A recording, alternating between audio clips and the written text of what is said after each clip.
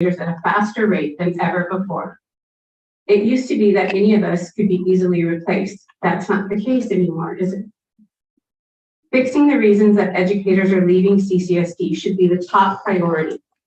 If you don't address it, then our teacher shortage will become a crisis that ends up closing some of our schools.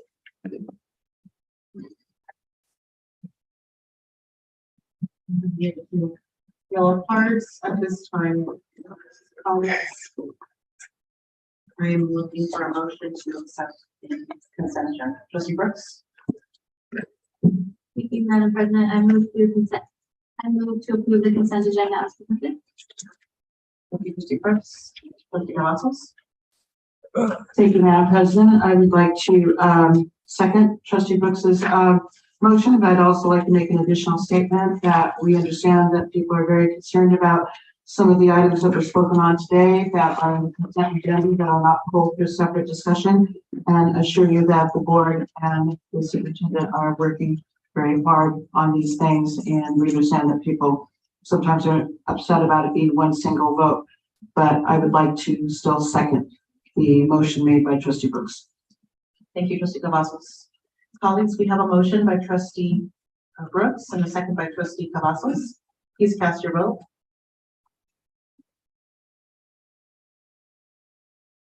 Thank you. We're going to move on to 3.01. Notice of intent. Clark County School District Policy 6161. Ms. Springer, welcome. Oh, forgive me. Thank you for coming up, but I missed the warrants. Thank you, Trustee Guzman. Trustee Bustamante Adams, can you please speak? Can I please speak? Can you please share the warrants?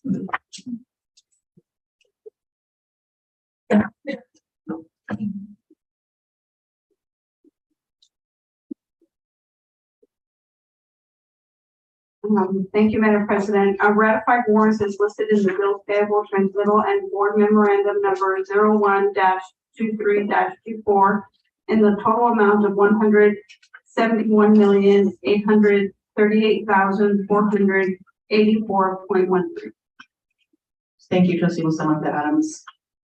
Now, before I officially open item 3.01, I'd like to make sure that I ask for yellow public speaker cards. This is the time to submit one in the event. Yes, ma'am. My name is on the paper. It's not on the document. Please share your name. Marquita Jones should be the personal one. We have you for item 4.01. Is that now or no? No, we're almost there. Okay. We're at 3.01. Thank you. Yes, please. We are. I see. Yes. Thank you so much. We're gonna go ahead and conduct the presentation, and then.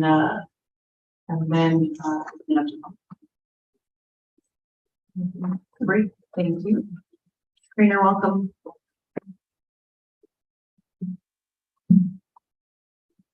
Madam President and members of the board, Superintendent Jara, for the record, Elena Kreiner-Wilson, Assistant Superintendent of the Curriculum and Instruction Division. Today, I am here to provide a notice of intent to amend Clark County School District Policy 6161, titled School Libraries. An update to Policy 6161 is being requested to support ensuring that all school libraries within the Clark County School District are staffed with a certified teacher librarian. The reference material for item 3.01, Notice of Intent, Clark County School District Policy 6161, outlines the deletion and addition to the policy. Addition of a period at the end of the following sentence. An effective school library includes a certified teacher librarian in section 1. Deletion of, and when a certified teacher librarian is not available, a licensed teacher designee can be temporarily assigned under the regulation in section 1. Again, these changes will require that all CCSD school libraries be staffed with a certified teacher librarian. Thank you. Thank you, Ms. Kramer. Colleagues, would we go to public comments? Is that okay? We're gonna start with the individuals who signed up in advance. It appears we have nobody who signed up in advance, but we do have yellow cards. So, in order of where they were submitted, Robin Carpenter, Brenda Albertini, and Vice Christine Murch. And if I mispronounce your name, apologies in advance, please correct it for the record. Mine was easy. Good evening. My name is Robin Carpenter. I am a certified teacher librarian in CCSD, a part-time instructor in RPDP's librarian certification program, and a past president of the Clark County School Librarians Association.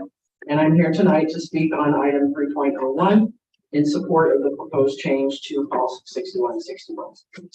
When policy 6161 first went into effect, Dr. Dara and the board, including former trustee Garvey, recognized that school libraries should be an integral part of every K-12 CCSD school and that every school should have an effective school library. However, this followed many years where administrators had eliminated school libraries and certified teacher school librarian positions.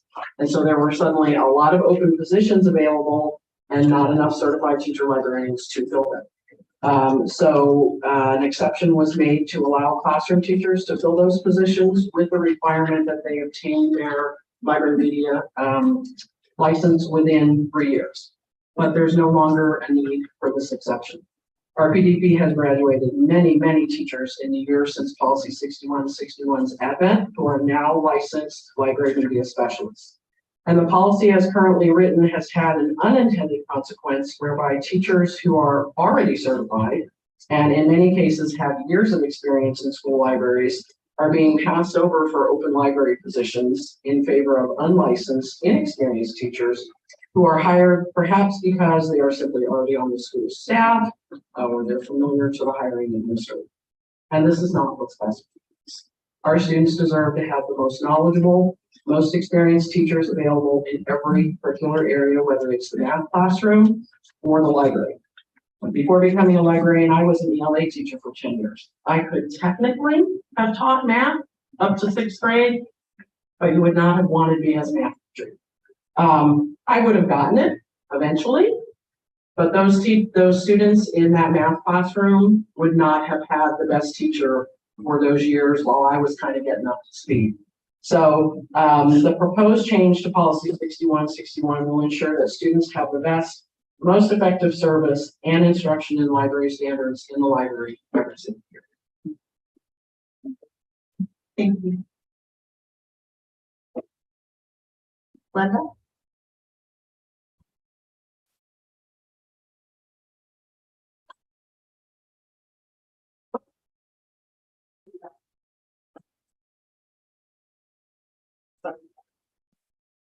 Welcome.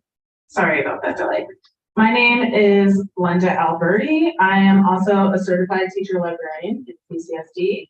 I'm also an instructor for the RPDP program where we're training teachers to become librarians. And I'm also the current president of the Clark County School Librarians Association. And I'm just here to support what Robin just said and to further encourage that this change be made. If you look at the agenda, it says priority 1 is student success, and this change is in the interest of student success. I can just give my school as a little example. I am in a school where there was no librarian for about 6 years until I got there 2 years ago. And our class of 2023 graduation rate is an all-time high for this school at 95.96%. Of course, I'm not taking full credit for that, but I like to think that having a strong licensed certified librarian in the library is certainly helping to support those gains. And our enrollment in AP classes has increased by 25%. Our enrollment in honors courses has increased by 46%. And again, I am not responsible for all of that, but I am there to support them in finding information, learning how to navigate information on the web, learning how to research, learning how to be successful in those honors and AP classes. So thank you for your time. Thank you. Christiane?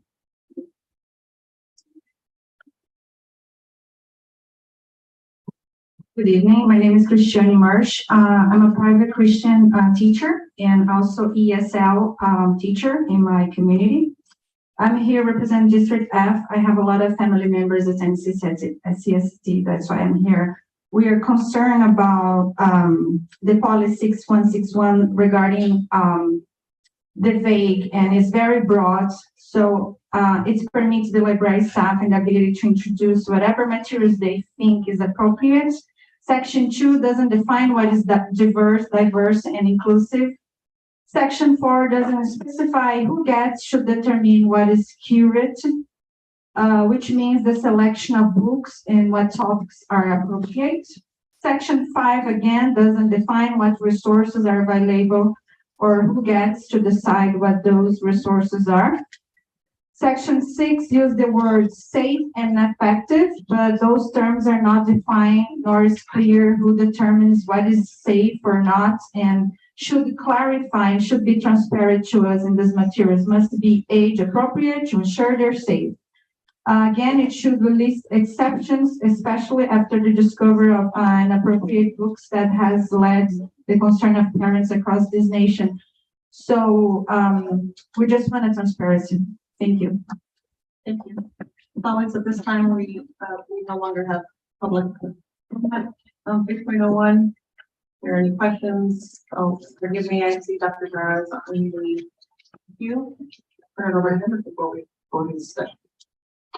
Madam President, members of the board, I just wanted to brief comment. I think our two speakers would have been instrumental in this policy. I remember they came up and spoke here as well. 4 years ago, the trustee Darby, maybe 5 years ago, and showed the data. And many schools did have librarians, and so this partnership, what we see, we meet regularly when there's issues addressed, and I know our curriculum team does a great job of supporting. So it's with the RPDP and the team with the plethora of librarians available for jobs. So it's been a great partnership. So with the part of that. Thank you. Thank you, Dr. Jarrah. We're grateful for your leadership of service. Trustee Williams. Thank you, Madam President, thank Dr. Jarrah for that. Thank you for the speakers, because I think that what you said is really important. I remember coming on the board in 2020, and this was Trustee Garvey's pride and joy. I thought it was such a great policy back then. I do get concerned as I go deeper into these policies that it is really vague. I think that we should have transparency. It also should be very specific. What, like some questions that I have. Ms. Wilson, who will be on these advisory councils when the materials are challenged? Who's the final say? What do these annual reviews look like? And where are the materials being sourced? Now, I know that these questions aren't really even for you. Those are more just kind of questions that I have in my own brains, people that have actually asked me questions too, because where we look at the current historical data, where it's being sourced, what's being talked about, what's not being talked about. When we have AB 469 and principals have autonomy over their schools and have the rights to, bring books in and out of it, things like that. Librarians have that. Now, I agree that we should have more librarian certified teachers in the school because it's helpful. It's helpful to have those more resources available. However, this is pre-K through 12. And sometimes I get concerned with the language that we put in there. Now, I know that it's vague for a reason so that we can actually make it kind of wide and inclusive to everybody, but what does that mean even at that point? And that's where I get concerned as a parent who has a 7-year-old sitting in the crowd that goes to the library all the time, has gotten in trouble because she's left class for too long and gone to the library. So I know what that's like as a parent and as a trustee who tries to be as objective as possible in these situations, knowing that not every student gets the opportunity to do what my daughter gets to, or not every student gets the opportunity to go get books that can teach them about themselves, or teach them about their culture, or teach them about things that they would never learn at home. So that's kind of where my thought processes are. I'm not super supportive of the concept that it's just not specific enough for me. So those are my only comments. I don't know if you want to expand on those, you can. I just more so those were rhetorical questions for myself. Thank you, Trustee Williams. Trustee Guzman. Thank you, President Garcia Morales. I just want to ask a clarifying question. This policy has been in place for how long? Do we know for sure? Madam President, members of the board, Superintendent Jara, Trustee Guzman, thank you for the question. The policy was last revised in 2020, but it has been in place since 1963. Thank you very much. Also, the only change, so this policy has been in place, so it's already been implemented. The only change is that we are ensuring that there be a certified librarian that handles our libraries. Is that what I'm hearing you say? Madam President, members of the board, Superintendent Jara, Trustee Guzman, thank you for the question. Yes. Okay, so the only vote is that we're just changing that verbiage. Everything else stays the same. Madam President, members of the board, Superintendent Jara, Trustee Guzman, yes, this is the notice of intent today to just bring it up as a possible discussion item. There will be further action at a following board meeting. Thank you. That's all I needed to ask. Thank you. Thank you, Trustee Guzman. Trustee Cavazos. Thank you, Madam President, and as usual, Trustee Guzman took part of my question there. So basically, just ensuring that there is a certified teacher librarian there and meeting the verbiage that says that it can be another teacher or somebody that's put in there. Correct? Madam President, members of the board, Superintendent Jara, Trustee Cavazos, correct. I just wanted to make, actually not a question, but just thank you for this, and also to thank our accomplished teacher librarians that are here, that are certified, and all the hard work that they have done there. I think that I speak for a lot of educators, former teachers and current teachers, that if not for our librarians, we probably would never become educators. So we appreciate that work, and just want to thank you for that. And I also want to make a comment that I think that here too, that we need to show respect for the knowledge that our certified teacher librarians, their assistants have in being able to look at the materials that are in our libraries and be able to look at the population in their schools and to give them the respect for the knowledge and training that they have to do their jobs. And that's what I wanted to say. Thank you. Thank you, Trustee Cavazos. Trustee Brooks. Thank you. So this is a notice of intent, so we should vote on this and then it goes on the consent agenda next time. Correct? Perfect. Okay. I think it's only fair that all students have equal access to a librarian. That's a huge equity concern. When I actually went through this process with Trustee Garvey and learned that there were students who went all the way through their K-12 experience not having a single librarian, that's appalling. That's a disservice. So with that, I would like to make a motion to approve this item. Thank you, Trustee Brooks. Trustee Zamora. I'll second that motion. Thank you. Thank you, Trustee Zamora. Colleagues, we have a motion for item 3.01 by Trustee Brooks, a second by Trustee Zamora. Please cast your vote. Colleagues, that motion passes 6 yay and motion passes. Thank you very much. Thank you, Mr. Mayor. Appreciate it. You're welcome. All right, we're going to move on to item 3.02. That's the adoption of the 2024 and 25 board meeting calendars.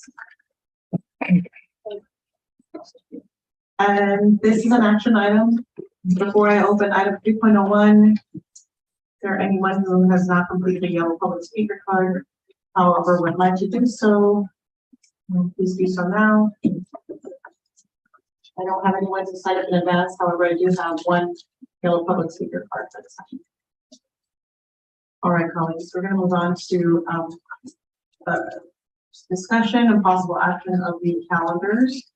This item was brought to us during this item normally comes to us during a work session. However, because of we did not have a July work session, and I've asked to bring this before you to this meeting. You'll see the calendar is an important component.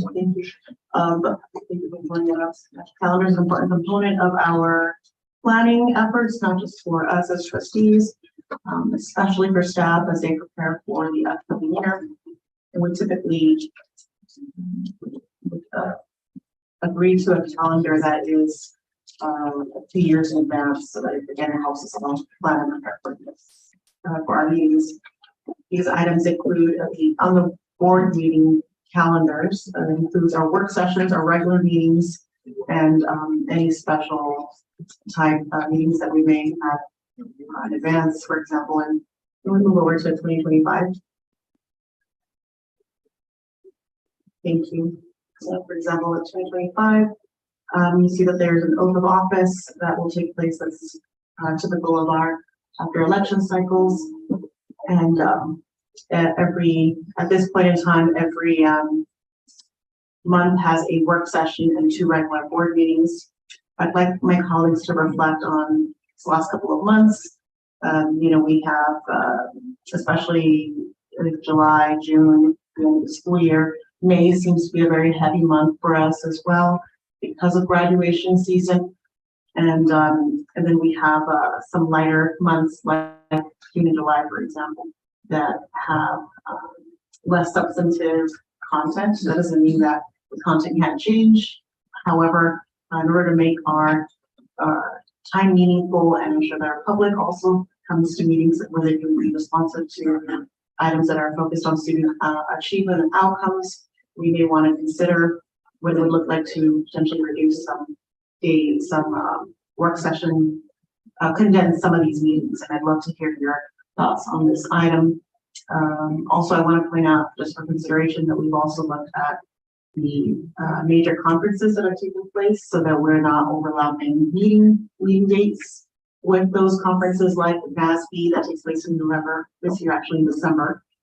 That date was recently moved along with the Council of Great City Schools Conference, which I'm grateful to the team for looking at for those details. Colleagues, I'd love to entertain any discussion on a particular item, unless you'd like to hear public comment first. Public comment? All right, we've got Ms. Tampa. No, I'm not staying. Oh, it's okay. Do you want me to change this to something else? No, Oh, no worries. Love to have you up anytime. I'll put this away for now. All right, colleagues, no discussion. No, we'll move straight into discussion. There's no public comment in this item. Thank you. Trustee Williams? I'd like to make a motion to approve the 2 calendars. Thank you, Trustee Williams. Trustee Guzman? I'd like to second. Thank you, Trustee Guzman. Colleagues, at this time, we have a motion by Trustee Williams, a second by Trustee Guzman. Please cast your vote.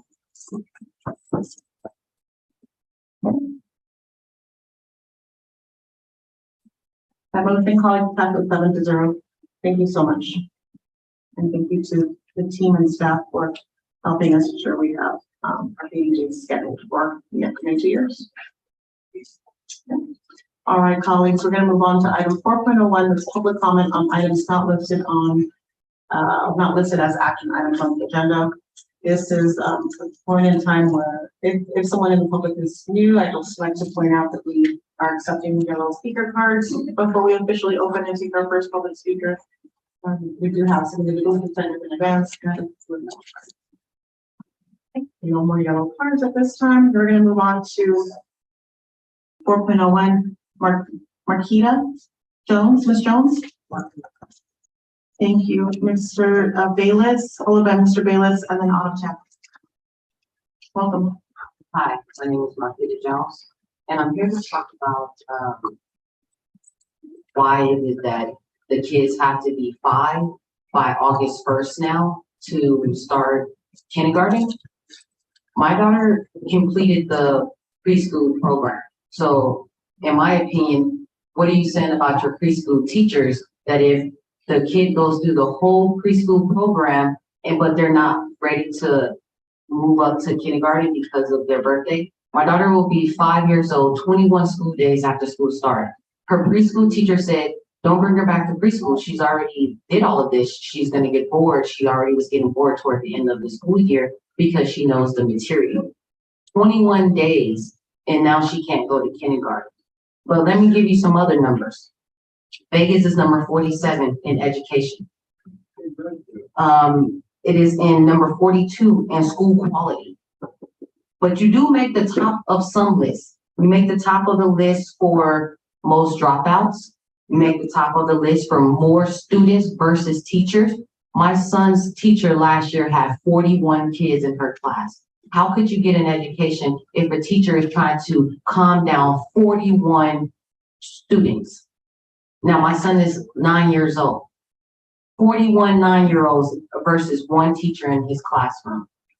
I am fighting to get my child into a failing school district, but you guys keep telling me every time I call, everywhere I go, that she can't go in because her birthday is 21 school days after your deadline. She completed preschool. So if your preschool teachers are actually teachers and not glorified babysitters, then she should be able to move forward in kindergarten. She already completed preschool. There's no need to complete the same course over again when she has already did it. It's only 21 days. Most school districts in the state of, in the United States allow the kids to turn 5 in September. And among those schools, they're within the 20 top schools in the United States. They don't play with, oh, 5 this day, 5 that day, because they have more important things about getting their students great education. Why are we holding kids back in a failing school system anyways? Let her move forward. Let all the kids move forward. I've actually thought of a plan for you guys. If the child completes preschool, the whole preschool year, then they should be able to move to kindergarten no matter when their birthday is. Ms. Jones, forgive me, I don't mean to, pause for time, please. I don't mean to, and we don't typically go back and forth in discussion during public comment, but and this is not an effort to shame anyone in any way, shape, or form. I'm very sorry if you're experiencing these challenges. I just, for the record, want to point out that the state legislators create laws that impact CCSD. We require to follow those laws. That is a law that was recently passed this last legislative session. So my intention is not to call out anyone for the purposes of shaming, but it is a fact. We are following state law. Essentially, it makes a change and impacts you. Your daughter. Yes. However, I believe Dr. Jabbar has already communicated with the staff to have them follow up with you directly to address your concern. Okay, thank you. And so You're welcome to complete your public comment, but I didn't want to miss an opportunity to help you close the group. yeah, no, I just been making phone calls after phone calls and I didn't know where else to go. So that's why I came here, because it just makes no sense to me. So is there a field or something? Just talk to them. Okay, I'll yield my time. Thank you for coming. We appreciate you.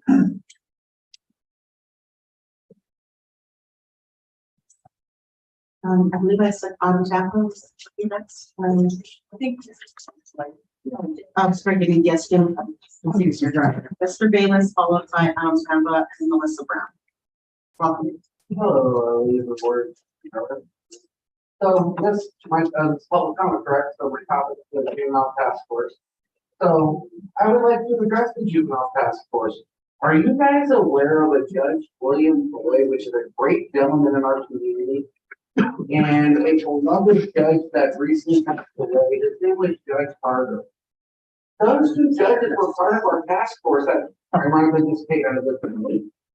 And poor Judge Harder did the right thing with my son's case, and obviously made the CCSD looked at, and it made the Attorney General's brain bad. And did you know that when I go into federal court with my situation, Daniel Bahara puts the two judges on administrative leave for doing the right thing with my son, even though it made you guys look bad. But because of Daniel Bahara doing that, they made Judge Carter, ironically, Jimmy Carey. Wouldn't that death fall on every person's hand that Daniel runs? AKA this situation here. Because if you think about it, Daniel's situation is representing people standing on this board. Those two gentlemen were out to help my son. One was a good man. One was an okay man. But the fact of this is, at juvenile task force, we are those connected to the OJJP. And I found out from a lot of people with that paperwork you got there, that was from my treasury lady. Like I told you, I was doing some investigations. $9.8 million, first time EPA paid into CCSD ever. Ironically, I was wondering why it came right after my son situation basically got beat up January 10th. Because there's only two people I know that's tied to the EPA in our system. I know one person I'm not allowed to mention her name. And there's the principal of Basic High School, which I was hoping to see his name on those resignations. Darn it. So situation at hand is, if you look at the paperwork you got, you'll see where the grant actually came from. It came from Colorado, and you'll see who's tied to that. And ironically, it's the same last name as some people we know and go to figure out they're related. You should probably take pictures of the son off the thing if you don't want to do it. Mr. Bayless. Yes. Please, I'm going to encourage you to, I'm going to remind you to please be appropriate and not make remarks about members and or their families. I don't want to be that. Yes, ma'am, I apologize. Well, it's just pertinent because again, there's an arrest out, there's 2 warrants out for Henderson in this building for that man's arrest. And someone told me that Assemblywoman was protecting him. Oh, look at this. Mr. Bayless, your time is up. Okay. Ms. Tampa. Well, then Melissa Brown and Ernest Matthew. Tampa, speaking as an individual, now I really do appreciate hearing the public comments of other people. Sometimes it really touches my heart and sometimes it educates me. Sometimes it leads me to ask me questions. I feel that there is not enough time to say all the different things that we need to say. And I do believe that part of that is because of the changes that the board has made to limit the time of public comment and shorten the timeline for signing up. And then also the elimination of public comment on non-action items. I did reach out to my representative on that and she did not respond back to me yet, so I'm hoping that she does. I also want again to mention about AB 469, which I know is now NRS something, I think 388, I can't remember to be honest. But I don't think that many people understand how that has tied the hands of Superintendent Zara, the board, and a lot of other people, the unions, etc. And that is just something that still really bothers me. This critical shortage of teachers and support staff has been going on for years and years, but it is worse than it was before. And I think people are to a breaking point that there's a lot of straws that are breaking the camel's back. I know I kind of feel that way, but it's been 25 years, so I think that's a pretty good amount of time to put in. I wanted to talk about the campaigns that are being directed against Superintendent Jara. And while I definitely believe in free speech and activism, I'm really confused as to what the purpose of these campaigns are. But I do want to say that any employee having to work beyond their contracted hours or through their duty-free lunches and breaks should be justly compensated for their respective contracts. I am deeply concerned about the campaign that I believe is being run by CCEA because I don't understand it and some of the details don't really add up to me. Now, I know I'm not privy to confidential negotiations and such, but the campaign seems to leave out critical details and doesn't seem to give enough of a reason for me personally. I believe that many employees are very frustrated about this, and this is putting undue stress on people waiting for the new school year to start, not knowing when our bell schedules are, not knowing when our work hours out. So I really hope that there is a really strong effort to resolve these concerns and issues so that, we can hopefully feel a little bit more positive about what's going on. I would like to see more positive solution solving as opposed to bashing and bullying. And that's what I really hope to see. So thank you. Thank you, Ms. Temple. Ernest Mackey, followed by Brandon Summers.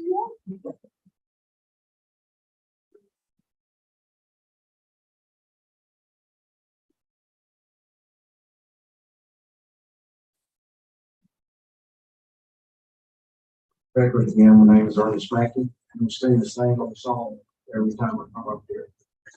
After this meeting here today, I'm taking a little bit further because I can see that this board, nor the superintendent, nor the assistant superintendent, nor the principals going to do anything about it. They promote So, I'm here today just to inform you one more time that there will be more action from this day on. And people will be removed from the school, guaranteed. Thank you.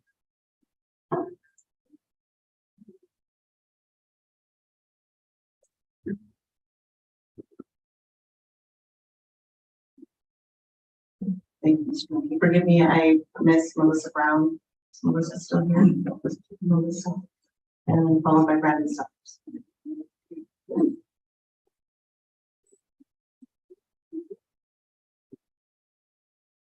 Good afternoon, board members. I am Melissa Brown, and I am an employee of the Park School District as a bus driver, and I have been since 2012. And I'm concerned with the safety of the support staff and the bus driver. If the students coming to school with weapons, what are you going to do to protect us from the students if they decide to, have an emotional moment and use it? I don't appreciate coming to work and having my life threatened. Thank you. Have a good evening. Thank you, Ms. Brown, for sharing your comments and for your work within the school. Summers, are you here? Is this here? Okay. We're going to move on to Mr. Tracy, followed by Vicky Prida. Thank you, Madam President. Superintendent Jar, distinguished trustees. For the record, my name is Jim Frazee. I'm a high school teacher and also the honor of being vice president of CCSD.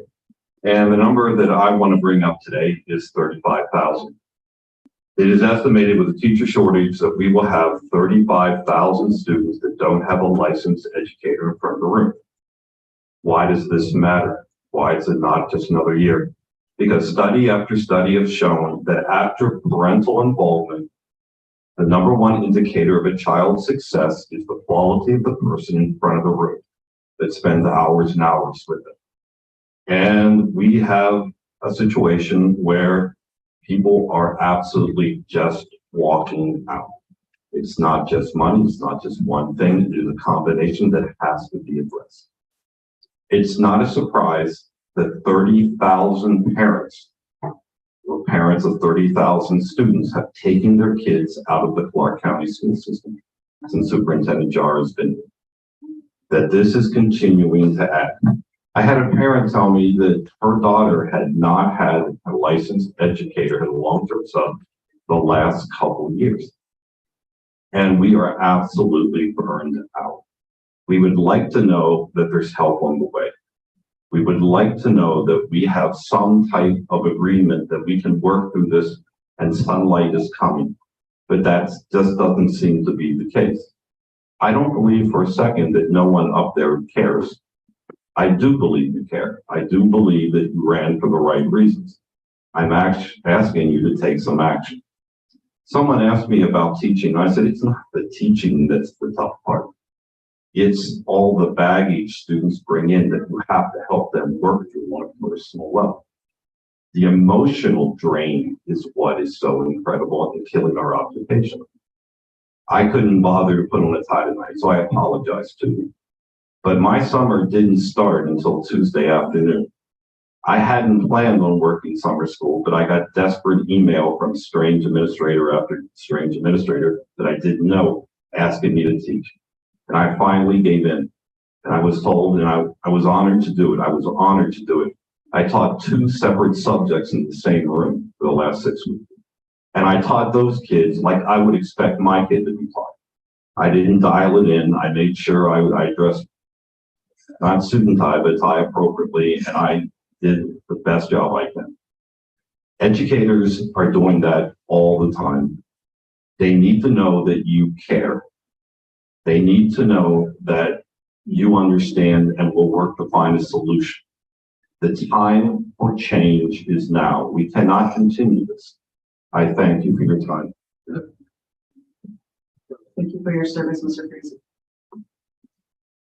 I'm caution the public that we have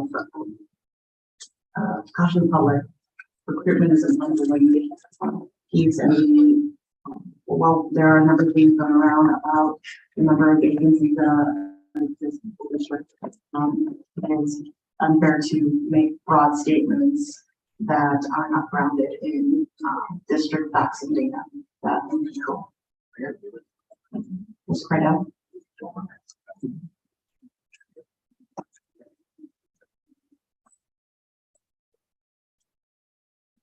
Good evening, Vicki Cardell for the record, Chief President of NEA of Southern Nevada and reading teacher at grades 1 to 5. I don't know many details about what's going on with contract negotiations. I'm privy to that. But I can tell you that every teacher in CCSD is watching what is happening right now. Things have gotten progressively worse for your educators post-COVID. Our schools are less safe. The classroom educator job has become more and more burdensome, and it's getting more expensive every day to live in Las Vegas. Our PERS contributions are going up. Healthcare costs are still rising. From the perspective of many of your educators, CCSD is no longer an ideal place for you. I'm here to ask you to please do what's best for your educators. Many have come to me and told me that they're thinking about leaving CCSD very seriously. They're waiting to see what happens with the contract that's being negotiated right now. We're all hoping to get raises that are fair and equitable, but making sure this new contract is negotiated and resolved as quickly as possible is what will give your educators a reason and a desire to stay in CCSD. The optics of the current situation with negotiations are really terrible from an educator perspective. All we're trying to do is do our jobs and also do what's best for our families. What we need our employer to do is negotiate in such a way that we feel protected and respected. Thank you. Well said.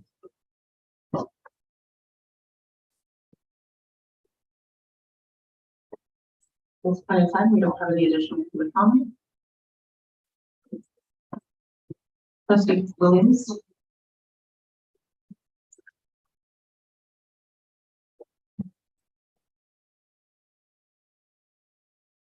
All right. Forgive me, I skipped a step. And we're gonna move on to item 5.01, that's the upcoming meeting of the Board of Trustees, which is Wednesday, August 2nd at 4 p.m. here in the boardroom. Our colleagues, I'm looking for a motion to adjourn. Trustee Williams? Thank you, Madam President. At this time, I motion to adjourn this meeting. Thank you, Trustee Williams. Trustee Guzman? I second. Thank you, Trustee Guzman. Colleagues, we have a motion by Trustee Williams, a second by Trustee Guzman. Please cast your vote. Thank you, colleagues. That motion passes 7-0. Good meeting time. Meeting is ending. I wonder if there's an article covering this. Uh-huh, That was meant for you. uh-huh, that's interesting. Quite interesting. You need to unblock mine now so you can start listening. I got a lot of shit going on right now with my mom. I'm trying to take care of multiple things. Well, let me get a hold of political so I can start putting a lot of shit I have up. Yeah, let me reach out. Give me a minute. I got a lot going on this week, but let me reach out, right?